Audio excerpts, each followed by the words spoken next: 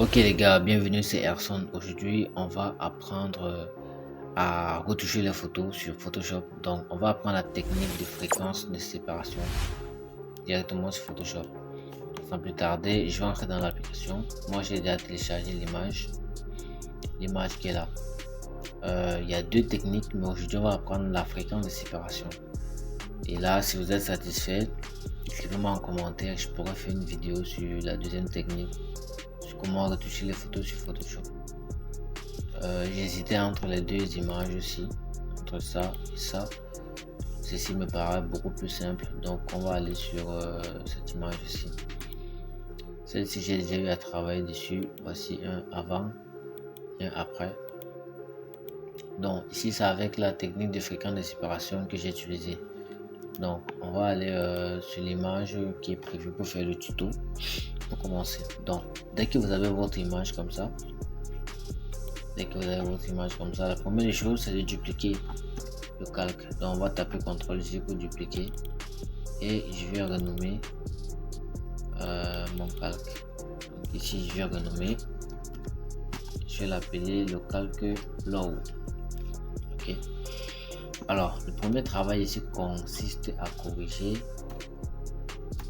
les imperfections au niveau du visage. Ok. Donc pour ce faire, on va utiliser l'outil qu'on appelle correcteur localisé. Voilà ça. Simplement, moi j'aime bien cet outil parce que c'est plus pratique, c'est plus facile, c'est plus rapide. Donc dites-moi en commentaire quel outil vous utilisez pour corriger vos imperfections. Ok. Donc ici le travail, je pense que mon truc est trop gros, comme ça, parce que j'ai vraiment envie que ça localise exactement ce que je veux. Voilà, comme ça. Je pense que je vais revenir en arrière. Hop, hop. Voilà. Parce que là, ça avait pris vraiment des parties où on pouvait voir le remplacement. Tant comme ça, c'est plus subtil. Donc, comme je disais, dites-moi dans les commentaires quel outil vous préférez pour pouvoir corriger les imperfections si vous faites déjà dans le traitement d'image. Ok. Donc, on va corriger ça vite fait, vite fait. J'ai dupliqué le calque parce que ça permet de contrôler le travail avant, après, avant.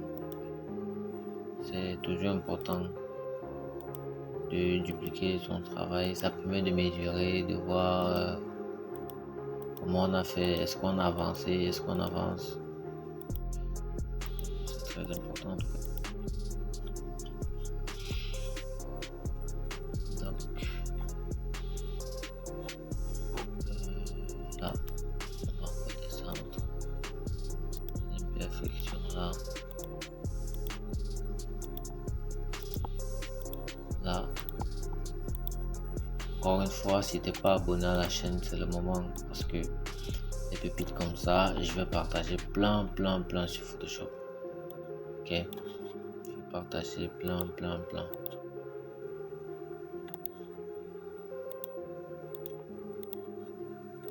Ok, on va faire une vue d'ensemble. Avant, après, pas mal déjà. C'est pas mal. Mais on va continuer, on va encore essayer un peu d'enlever ce qu'on peut enlever. Vraiment avoir quelque chose de vraiment bien fait.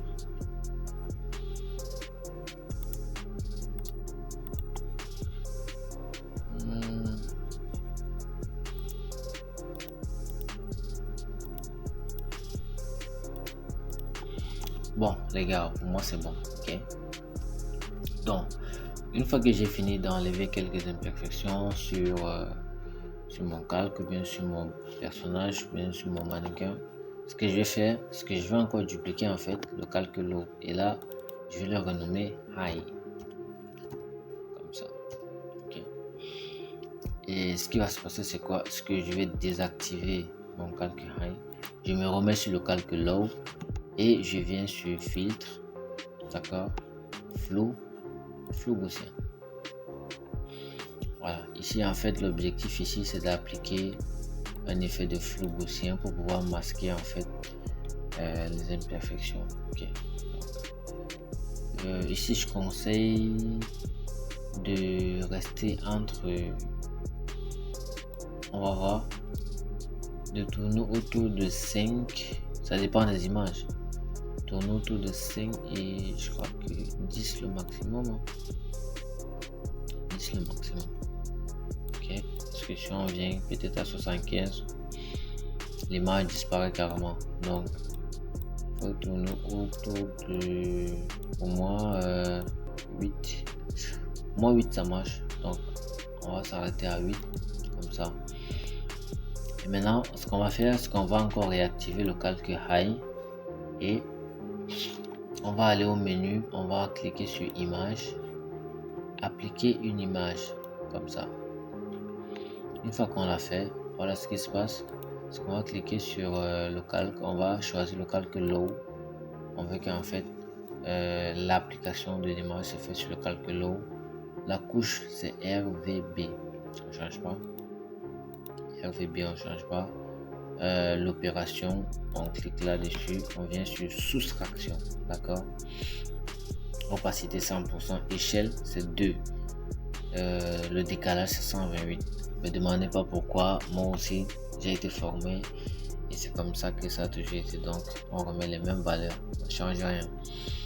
Conserver les zones transparentes, on coche pas, les masques on coche pas, le reste reste intact, on ne touche plus à rien. Donc ce qu'on change ici c'est les opérations, on laisse opération, on prend le mode de soustraction comme ça, l'opacité à 100%.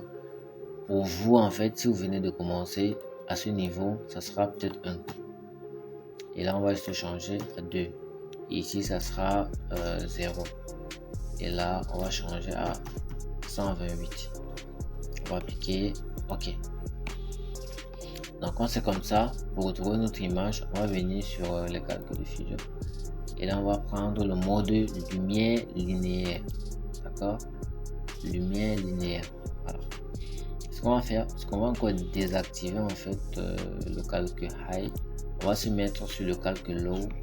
On va venir prendre le pinceau, l'outil pinceau mélangeur là. Et là, dès qu'on prend, rassurez-vous que les paramètres du haut, c'est-à-dire ici en haut, le premier est à 9, le deuxième est à 75, le troisième est à 90, le flux est à 100, après on a 10 et le dernier est à 2. Parce que comment ça se désactive souvent.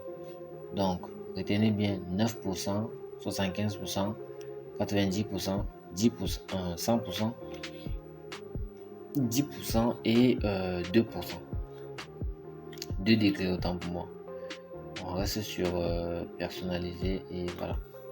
Et là, je vais augmenter un peu la taille de... Voilà, comme ça. Et là, ce qu'on va faire, c'est qu'on va commencer maintenant à brosser son visage. Ok. On va commencer à brosser son visage. C'est pour avoir ce mélange homogène là. Mélanger. Et là, quand vous faites cet exercice, il faut aller dans le sens du visage du mannequin. Ok, il faut aller dans le sens de son visage. C'est très important. Donc, comme ça, on va venir ici pour vérifier. On voit un peu. On vérifie et on avance comme ça. Et là, si on descend.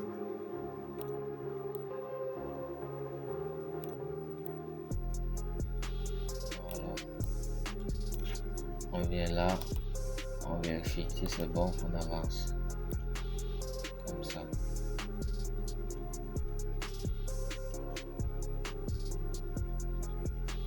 Toujours vérifier. Voilà pourquoi on sépare les calques, parce que le calque nous permet en fait de ça dit s'il y a une erreur, on peut recommencer plus facilement déjà. Et aussi ça nous permet de voir un rendu avant et après. Voilà, d'avoir un rendu avant et après. Encore une fois, on vérifie si c'est bon, on avance comme ça.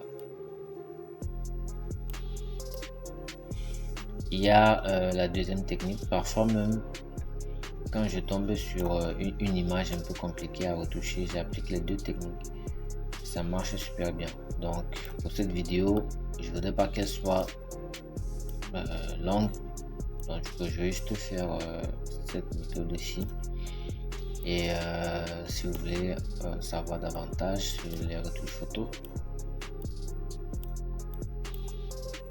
vous tapez en commentaire et je vais voir comment je pourrais faire la deuxième technique, ok.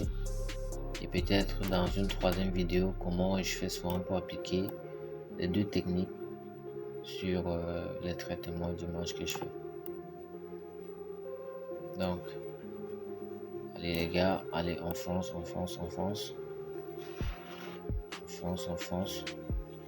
À ce niveau, c'est important d'avoir la tablette graphique parce que c'est plus pratique. Moi, j'utilise la souris, mais c'est pas mal. Comme je le dis toujours dans la plupart de mes vidéos, c'est que il y a une formation Canva, une très bonne formation, une excellente formation même Canva. Le lien est juste en description. Donc c'est une formation pour les gens qui veulent bien se lancer dans le graphisme et qui n'ont pas forcément une machine. On peut commencer avec Canva. Parce que Canva fait des mises à jour et Canva est devenu super balèze. Donc on peut commencer avec Canva déjà. Parce que moi-même j'ai commencé avec Canva. Je suis un fruit de Canva. C'est après que comme je connaissais déjà les bases du design et tout, j'ai voulu apprendre donc de nouveaux logiciels un peu plus performants. Donc là, ça commence déjà à venir les gars. On va un peu retoucher les mains qui caressent notre bonhomme là. C'est mieux comme ça. Ok.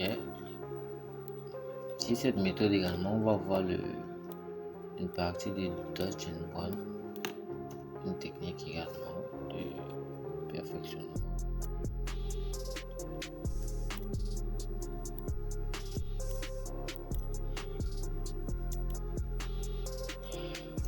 Très bien, ça c'est la base. Et voilà ce qui se passe quand tu sépares les calques. CTRL G, avant, après, avant, après. Voilà à quel point c'est puissant. Ici, c'est ce qu'on appelle la technique de fréquence de séparation. Donc, je vais écrire ici fréquence de séparation. Comme ça. Ça, c'est la technique de fréquence de séparation. Alors, ce qu'on va faire, c'est que je vais essayer d'appliquer, je vais faire comme si, voilà, je fais un travail normal, quoi. Donc, du coup, ce que je fais, c'est que je viens dans courbe, on baisse la courbe ici, sur le niveau, ok. Et j'écris ici, Dodge, là.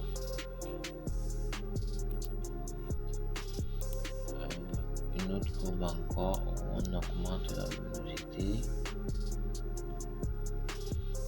Voilà. Ah, c'est un peu trop. Voilà. Ben, comme ça. Alors, ce qu'on va faire, c'est qu'on se place sur le calque de fusion et on tape CTRL I. Ok. Pour inverser. CTRL I. C'est fait. On prend encore une fois de plus notre outil pinceau. Et là, ici, ce que je veux, c'est que cette partie en fait sera la partie sombre. Ici sera la partie lumineuse. Donc, ce que je fais, c'est que j'applique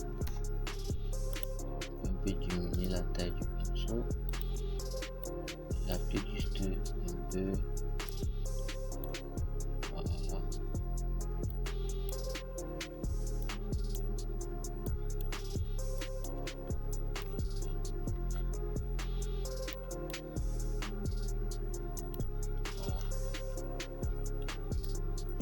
ça et les contours progressifs, je vais les augmenter comme ça. Voilà. Ça doit vraiment être subtil, vraiment subtil. Okay. Ce que je fais maintenant, je prends mon calque brun et je mets là sur les lignes, ici, ici, ici, ici, ici, ici, ici.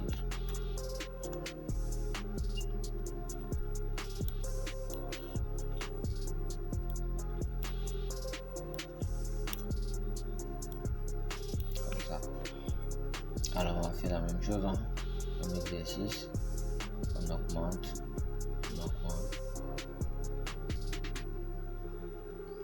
Voilà. Ici en fait c'est la technique qu'on appelle le dodge and run. Donc la plupart des gars qui traitent les images, ce sont en fait les techniques encore de retouche finale qu'on applique. Donc, encore une fois, tout dépend du mannequin.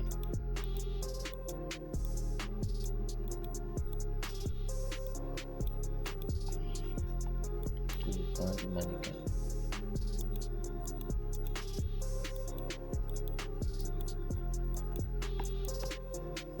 Comme ça. Ok. On va juste augmenter un peu. Voilà. Voyez à quoi ça ressemble les gars. Et ça on n'a même pas encore fini. Alors, ce qu'on va faire, ce qu'on va commencer à appliquer, c'est un filtre. On va commencer par la vibrance. On ajoute juste un peu. Comment juste un peu. Ok. Après ça, on va ajouter allons voir les niveaux.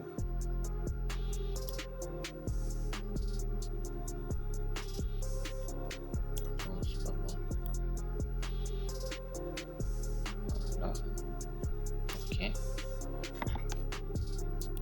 Moi les gars, façon subtile.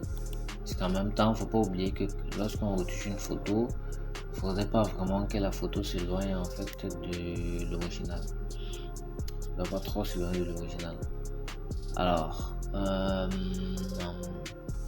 ce que je fais souvent, c'est que j'ajoute encore une autre peau. Parfois, j'ajoute encore. Mais ici, on va essayer de prendre une balance de couleurs, voir. J'aime ça jouer avec ça. J'aime ça jouer avec comme ça, un peu de rouge, un peu de violet, genre.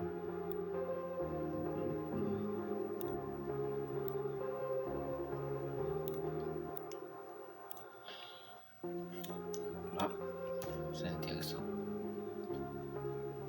Les gars, vous voyez.